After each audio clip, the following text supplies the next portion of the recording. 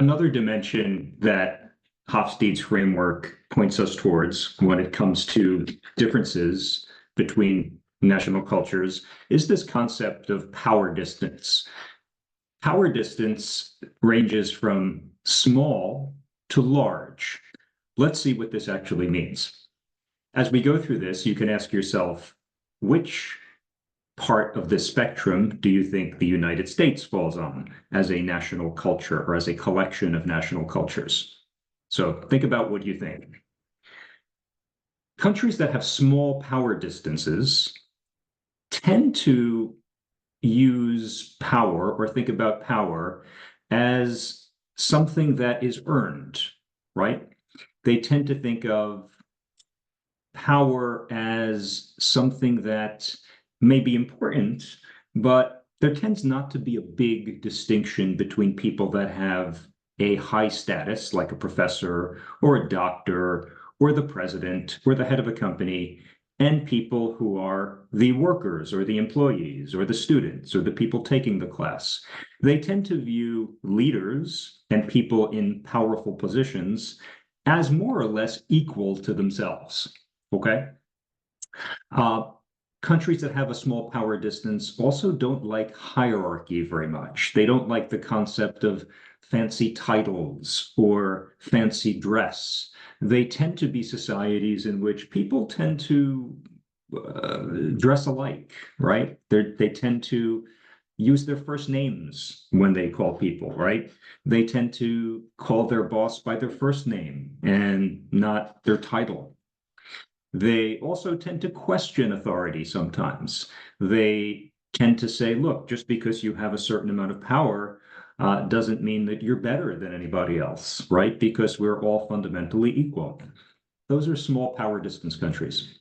On the flip side, you have large power distance countries. And these are societies, rather, that view power as more or less legitimate.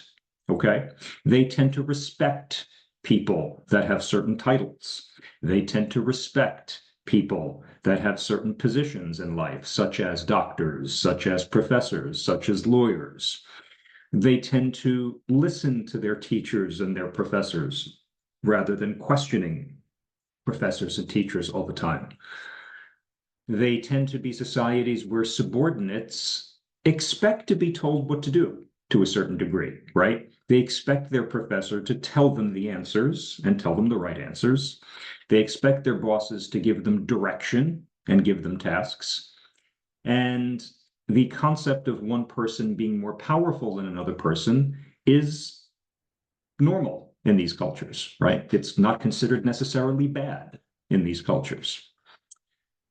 On the flip side, in the United States, for example, which tends to be a smaller power distance country, subordinates don't really expect to be told what to do all the time. They expect to be consulted. They expect to have a voice in what's going on, okay? So generally speaking, the United States, I'm not sure how many of you came to this conclusion, but hopefully some of you did. The United States culturally tends to be a pretty small power distance country. We don't like the concept of other people being more powerful. We don't necessarily give as much respect to people who are more powerful than we are. We don't necessarily defer to our professors, to our teachers, to our doctors, to our leaders, to our CEOs. We tend to want more of a voice. We tend to want more consultation. We tend to think that everyone is equal across all different measures, right? Whereas larger power distance countries say, well, sure, fundamentally people are equal, but some people are actually more qualified than others to do certain things, right? More of an acknowledgement that there's a distance between the doctor who has gone to school for, let's say, 10 years after high school to get a medical degree, does have a further distance from the person who has only got a bachelor's degree, for example. So large power distance countries tend to have more respect for people in power.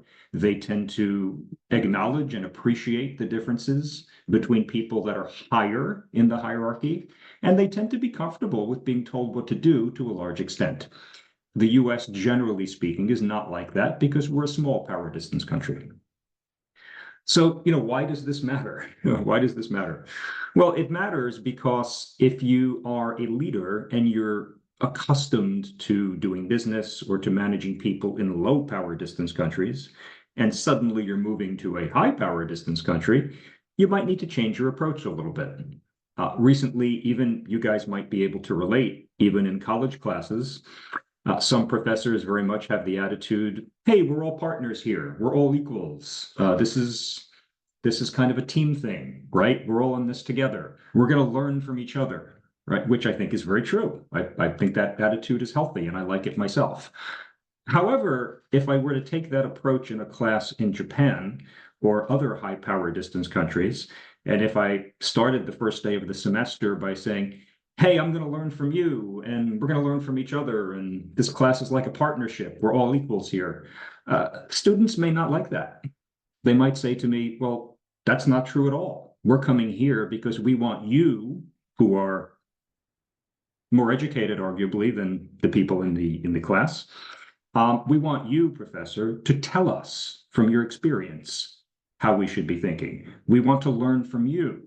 This is not a partnership, this classroom. You're the leader, and we expect to learn from your experience and your expertise, right? Now, I'm exaggerating a little bit just to show you to put a fine point on the difference. Of course, there is a lot of sharing that goes on in a Japanese classroom as well, but the starting point tends to be different, right? Whereas in the US, it might be motivating to students to hear the professor say, we're equals and we're going to learn from each other, and I want to learn from you just as much as I'm going to teach you. In Japan, students might expect a bit of the opposite. So you need to know that if you're going to be taking on a leadership role in a country that has a higher power distance. The second place where I've seen this in my career is, disagreeing openly with superiors. In the US, I think it's more common for people to express their opinions openly to their superiors, even if they disagree with their superiors. In Japan, you have to do it traditionally a little bit more carefully. Why? Because there's a power distance to be respected. If you just criticize the senior person in the room, it could be considered as violating that higher power distance. The third place you see this is, in the US, we tend to be very casual. When I was working at a bank for many years, even very senior people at the bank, I would refer to by their first names, right? Jamie, Kelly, Emily. However, if I were working in Germany or if I were working in Japan, these two countries tend to be higher power distance countries. I would not be calling these people by their first name. I would be calling them Mrs. Regal or Mr. Tanaka, which might sound a little bit strange to us here in the US because we're so casual. But in higher power distance countries, it could be very insulting to call your managers by their first name, even if you get along well with your manager, even if you're friendly with your manager. There is more of a respect for that distance in power that you have in the hierarchy. Okay, so these are just three very quick ideas from my own experience, my own career. There are obviously many other examples like this, but as we go through these differences in national cultures, hopefully you can see that if you're not careful by moving from one national culture to another, you could wind up annoying and you could wind up disrupting what would otherwise be a harmonious leadership relationship.